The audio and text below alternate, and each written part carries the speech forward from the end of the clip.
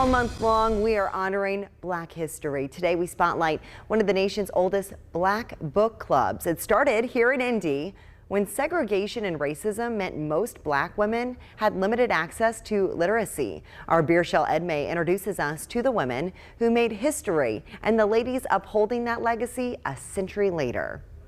On these crisp edges, ink stains the page, and imagination flips through the words. See, books have power. Books transport people to another place, teach them of another time. For 22 Black women, books bound them together every fortnight. There was a white fortnightly that was meeting at another location in the city. They had a constitutional meeting as part of the other fortnightly, and for the record, took a vote to say we will not allow Black women to be a part of this organization. In 1913, women were often second-class citizens, but not Black women. They often were considered less than that, not good enough for the social clubs that provided women some dignity and community. So these Hoosier Black women built their own safe haven, the Fortnightly Literary Club. Now 100 chapters into their history, a roundtable of Fortnightly members meet to dive into a new read with local ties. Our subject of the day, Madam Walker. Just like a century ago, these Black women are lawyers, teachers, businesswomen, and more. They meet regularly to delve into news stories and to share their own. I just started a new job. I remember hearing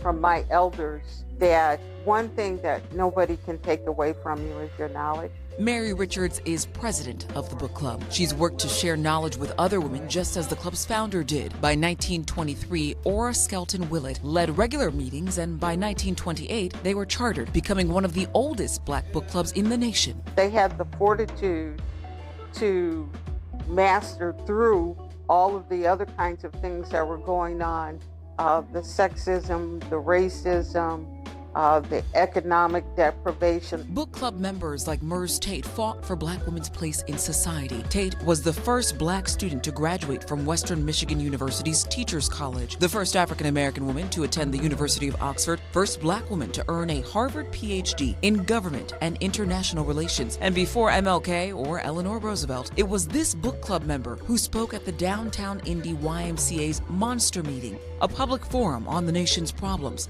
Just like today, Fortnightly wasn't just a social club. They've been committed to being a part of the community and being a place where Black women could turn to. Butler's Hub for Black Affairs and Community Engagement and the Irwin Library are now preserving that valuable history with a fortnightly literary collection. It encourages racial equity by featuring different Black authors and uplifts literacy in Indy classrooms. The scores don't always represent how smart the students really are, and we want to make sure that they have access to different books that represent them. Current book members agree, having donated books annually and giving scholarships to high school students. As they pour back into the community, they pour into each other too. I say to one. They celebrate and empower each other. I say to all. And they read, remembering they belong just as 22 brave women did. They were truly inspirational. We're dealing with all of the social pressures, but still made time.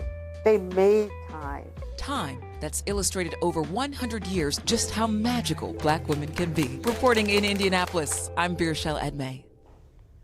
The book club remains active today and invites new members to join. You can learn more about the club and ways to get involved by visiting our website, cbs4indy.com. There you'll also find several events hosted by the Indianapolis Public Library, including book clubs honoring Black authors and Black History Month.